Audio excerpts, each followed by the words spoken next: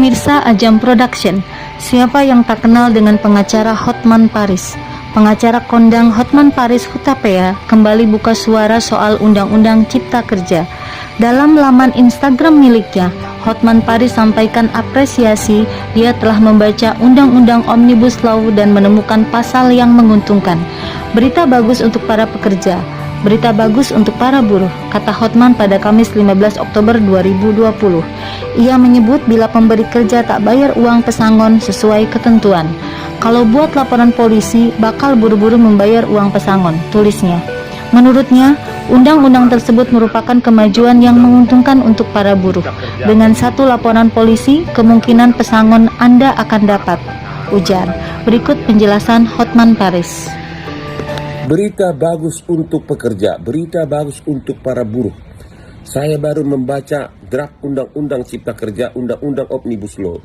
Di sini ada pasal yang menyebutkan apabila majikan tidak membayar uang pesangon sesuai ketentuan undang-undang ini, akan dianggap melakukan tindak pidana kejahatan dan ancaman hukumannya 4 tahun penjara.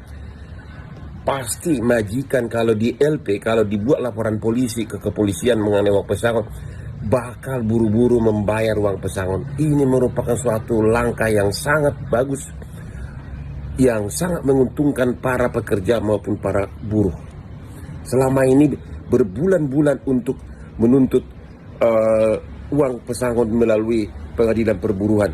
Tapi dengan satu laporan polisi, kemungkinan uang pesangon Anda akan dapat. Selamat untuk para buruh dan para pekerja. Hotman Paris dengan Undang-Undang Cipta Kerja Omnibus Law. Rekan-rekan saya, para pengacara, mantan pengacara yang sekarang jadi anggota DPR. Anda tahu yang menjadi problem itu adalah enforcement, pelaksanaan.